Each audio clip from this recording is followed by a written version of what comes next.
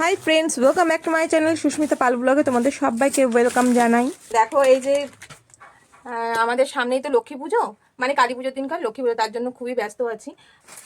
কালকে রাতে এইসব জিনিসগুলো নিয়ে এসেছিলো, গোছালাম এখন, ঠিক আছে।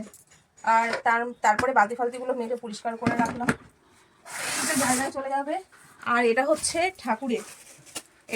ঠাকুরের, এই যে মুড়ির মোয়া, খয়ে সেই কি যেন ওটা বলে, হ্যাঁ খয়ের মুরগি, ভুলে গেছিলাম, খয়ের মুরগি। আর এটা তিল, নামগুলো ভুলে যাই, এটাই আমার দোষ। হ্যাঁ, এই তিলের নাড়ু হবে। আর এটা হচ্ছে ওই সেই মন্দির ফন্দির কি নাম আমি জানি না।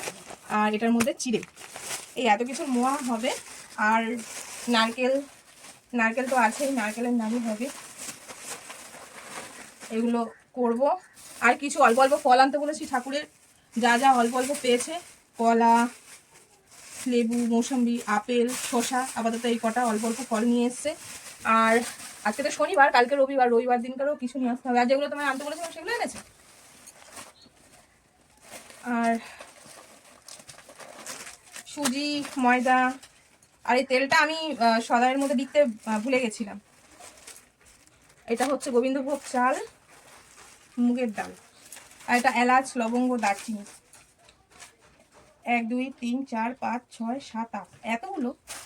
1 2 3 4 5, ও 6 7 8, তাই তো, এর মধ্যেই সব। এইটুকু 330 টাকা, কি দাম, 330 টাকা।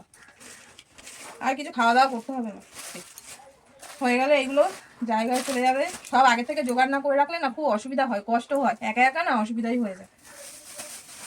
আর এই যে গুড়, জানি না এ তো হবে কিনা, জানি না গুড়টা ভালো হবে কিনা। গুড় নিয়ে এসেছি,